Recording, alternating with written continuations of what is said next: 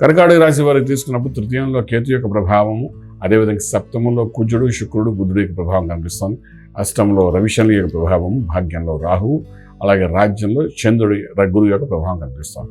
రాజ్యం పుష్కలంగా అద్భుతంగానే కనబడుతుంది. రాజ్యంలో గురుడు మిత్రక్షేత్రంలోనే అద్భుతంగా ఉన్నాడు కాబట్టి భయపడకల రాజ్యం గురించి. ఉద్యోగరీత్యా చేసినప్పుడు ఉద్యోగంలో కొంచెం బలోపేతం జరుగుతుంది. చేసే పనుల వల్ల ఉద్యోగస్తులుగా మీరు ఉన్నప్పుడు మీకు ప్రమోషన్ ఇంక్రిమెంట్స్ వచ్చే అవకాశం అంతా కనబడుతుంది ఈ 15 రోజుల్లోని.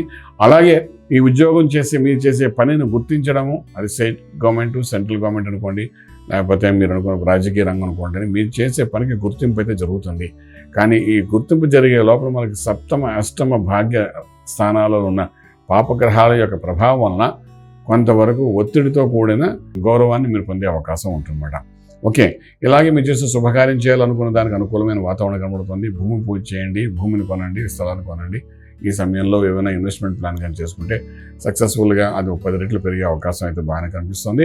అలాగే ఇక్కడ తీసుకున్నప్పుడు ఇంపోర్ట్ ఎక్స్పోర్ట్ వ్యాపారం అనుకూలంగా కనబడుతుంది. విదేశాలకు వెళ్ళి చదువుకోవాలనుకున్న విద్యార్థులకు న్యూట్రల్గా ఉంది. విదేశాలకు వెళ్ళి సెటిల్ అవ్వాలనుకున్న వాళ్ళు కూడా కొంతకాలం వెయిట్ చేసి ఉండండి. ఇప్పుడు ఫిబ్రవరి మంత్ అంత అనుకూలంగా లేదు.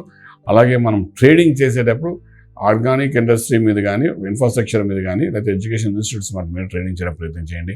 లక్కీ నెంబర్ 3 పాజిటివ్గా మీకు పనిచేస్తుంది.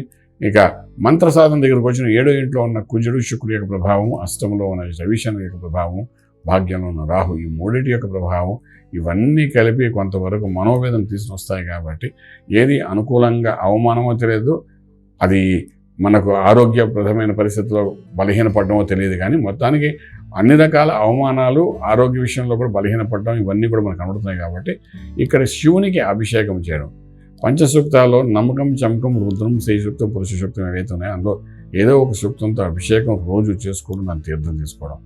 మనకి చెప్పడం చేతకాకపోతే, తెలియకపోతే అప్పుడు క్యాసెట్స్ పెట్టుకుని చక్కగా చేసుకోవడం. లేదంటే ఓం నమ శివాయ మంత్రాన్ని అభిషేకం ఒక 10 నిమిషాలు చేసి ఆ మంత్రంతో 1,000 నామాలతో అభిషేకం చేసి ఆ తీర్థం తీసుకోవడం.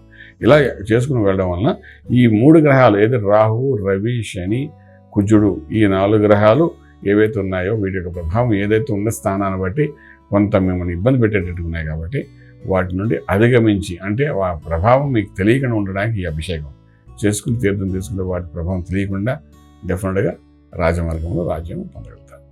శుభం బియాదు. ఈ వీడియో మీకు నచ్చినట్లయితే మీ మిత్రులకు షేర్ చేయండి. అలాగే మా ఛానల్ను సబ్స్క్రైబ్ చేయడం మర్చిపోవద్దు. Thank you.